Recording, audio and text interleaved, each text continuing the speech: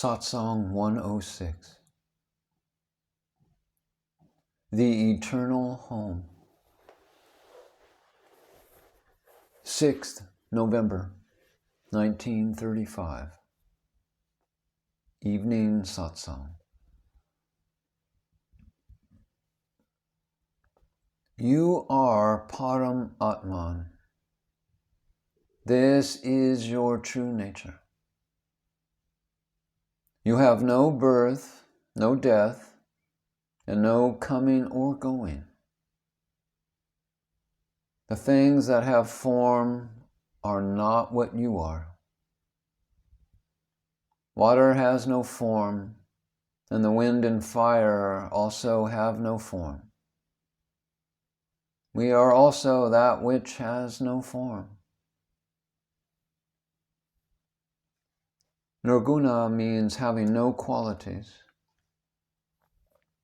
The word ananta means that which never ends. Param Atman is eternally existing without a break. The one who knows that we are like this at any place and at any time is the Supreme Self.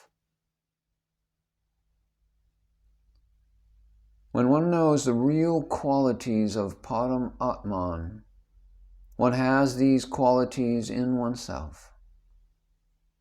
They are imbibed in him, and they must be consciously imbibed in oneself. The Supreme Self is all-pervading and called all-pervading. In all of the various things, there is only one that exists. Just as in all ornaments, there is only gold. Many names are used in order to facilitate the gaining of understanding, but Param Atman is beyond description. All of this world appearance is the wealth of the Supreme Self. It is the supreme real estate. The one who has adornment of these qualities is Param Atman. Through devotion, the state of the Supreme Self is realized. The 9 types of devotion, or the 9-fold devotion, is that devotion by which many have become purified. Among these 9 kinds of devotion, the 9th is self-surrender. We must meditate on this 9th type of devotion through our own inner experience. This is described as the state of power, the state of being the witness.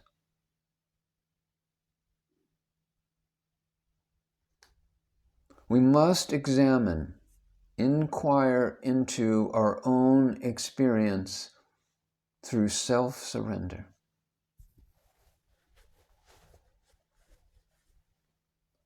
We offer our head by bowing down to God and Guru after we complete our puja, our worship. This means that we have to let go of our attachment to every possession.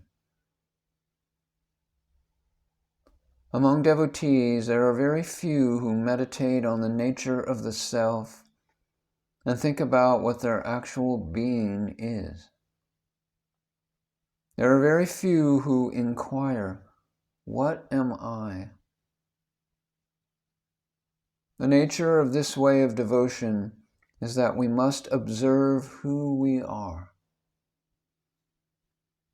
When it is known that we are nobody, then who is? Param Atman is. And the Supreme Self is flawless and without qualities, and plays as all objects. Only you are not there. Everything is the Supreme Self. But when you become a petty little ego, you are an individual, a jiva. Then worry and sorrow are your lot in life. You become powerless through this misidentification with the body. Because of the acceptance of the state of jiva, you become a prisoner. With the dissolution of the illusory state of jiva, what remains is Shiva. All of the servants of this great beingness are also great. Vishnu is the pure mind. The sun and moon are the supreme eyes.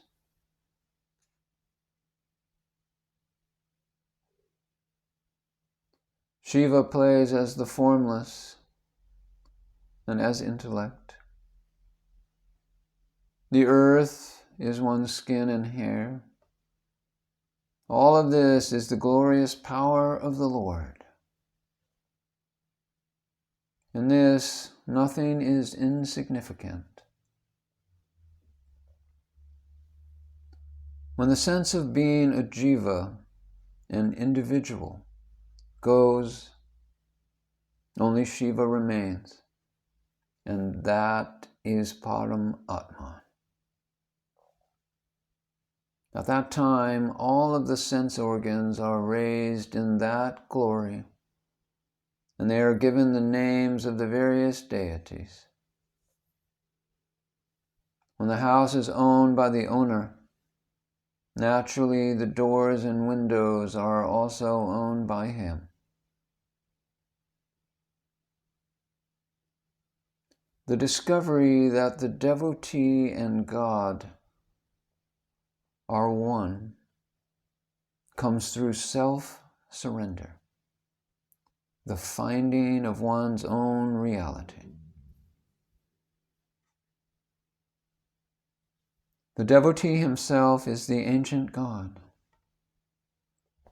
The devotee himself is the primary God, the original God. To call him a devotee is now false, as he himself is now God.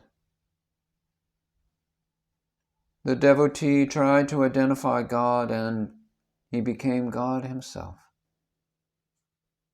God and the devotee are not separate. The devotee is God. Because he is not in bondage, he is free, and that freedom is the original one. By the standards laid down in the scriptures, and by his own convincing experience, he is only God. Before recognizing this, they are two. When recognition takes place, there is only one.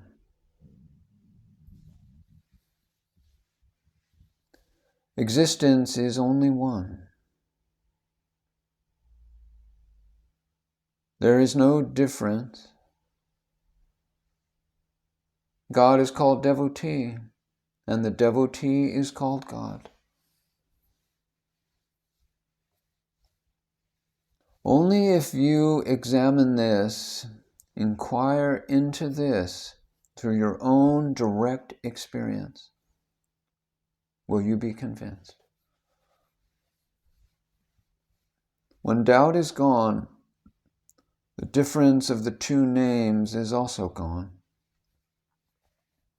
Then there is the true experience of the one and only Param Atman.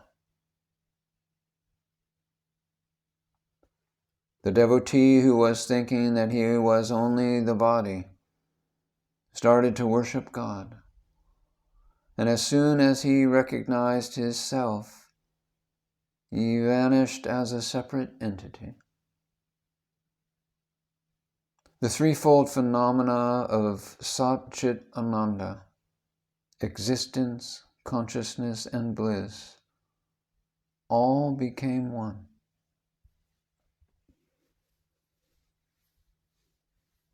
The men of wisdom, the Jnanis, experience the final end, the dissolution of the world, in the immediate moment. And even though they are living in the body, they become formless and of the nature of Brahman.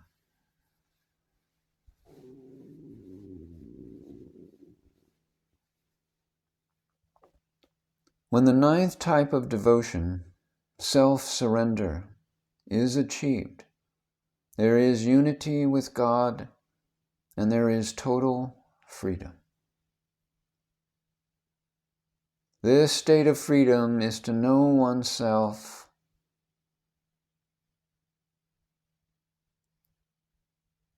the surrendering of egoism, which results in true self-realization, arrives.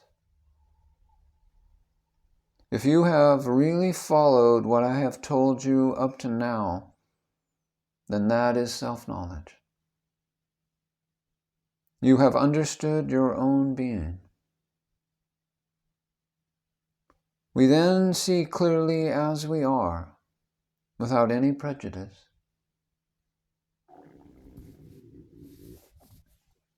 The totality, which is not dependent on anything, is our full, complete existence.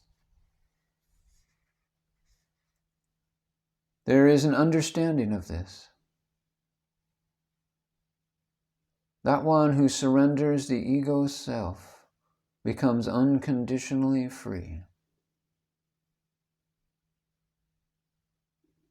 The eternal home is all oneness or aloneness. This undivided devotion is indestructible. The devotee surrendered himself to the saints, and he gained self-knowledge and is unified. Now he cannot be separated. If one has not surrendered oneself totally, Yama, the god of death, gives him another birth, and he is again subject to illusion. One forgot his true nature as Param Atman and thought he was a jiva. If devotion to the Guru is abandoned, there is illusion again. Therefore, one must take refuge at the feet of the saints. A rich man was asleep, and in that dream he was deluded, and people said that he had gone mad and that he had become insane. He got up and began to live as a beggar. But by the blessings of a saint, his illusion disappeared. He again enjoyed his wealth, and his delusion was gone. We must have faith. God our Father has given us an estate. Why should we not remember his name and enjoy the property? What is the good of eating our food while criticizing him? You have received and you should enjoy. But remember the Supreme Lord and then eat. If you wish to enjoy the freedom and glory of Param Atman, you must serve the Guru. Have great respect for him and enjoy his glory. Only one who has such faith will gain self-knowledge.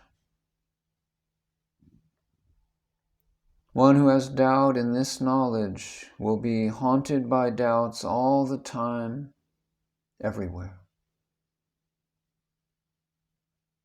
The saints and sages have advised us to treat even small ants as God.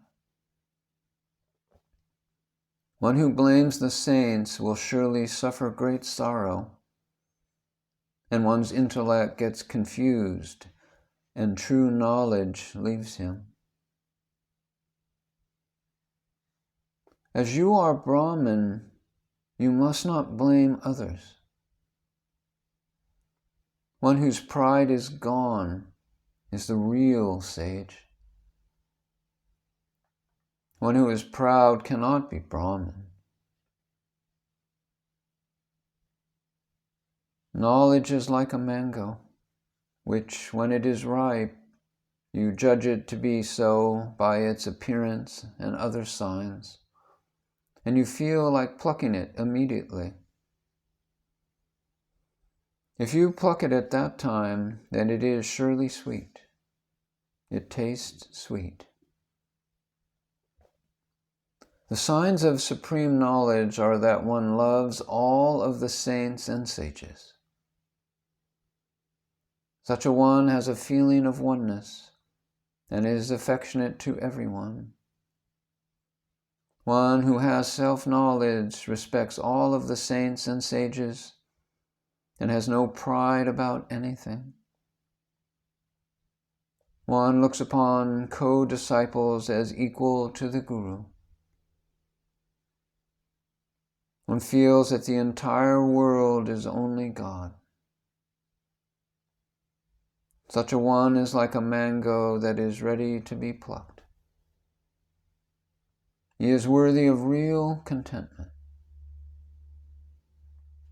So the devotee with self-knowledge must not be proud of anything. One who does not like a lowly type of work is not a saint. If the devotee of the Guru is only God, then it is one's duty to look after the welfare of all people. There is no possibility that you could hate anybody. God is the all-pervading self of all, and the devotee of the Guru is like God. One who sincerely respects the saints and sages will, as a matter of course, respect all people. Therefore, one who serves the saints and sages gets the eternal state.